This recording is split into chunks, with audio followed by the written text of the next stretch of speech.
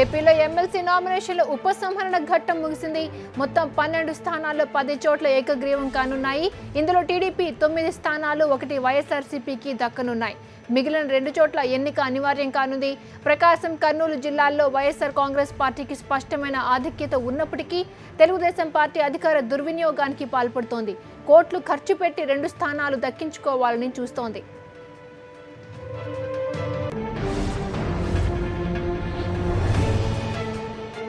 కర్నూలు జిల్లాలో వైఎస్ఆర్సీపీకి 531 స్థానిక సంస్థల ఓటర్లు, టీడీపీకి 453 మంది ఓటర్లు ఉన్నారు.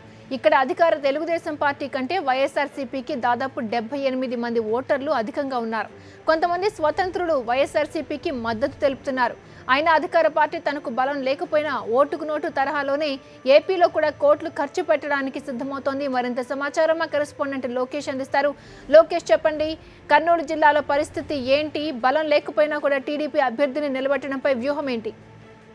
క్రాంతి, మొదట ఏదైతే తెలంగాణ రాష్ట్రంలో ఓటు నోటు కేసులో టీడీపీ మెడ చుట్టుకున్న తరుణంలో మొదట ఈ టీడీపీ నాయకులు భయపడినప్పటికీ కూడా ఏ విధంగానైనా కర్నూలు జిల్లాలో అధికారాన్ని దుర్వినియోగం చేసుకోనైనా కానీ ఖచ్చితంగా ఎమ్మెల్సీ సీట్ని దక్కించుకునే ధోరణిలో వెళ్తుందని చెప్పవచ్చు.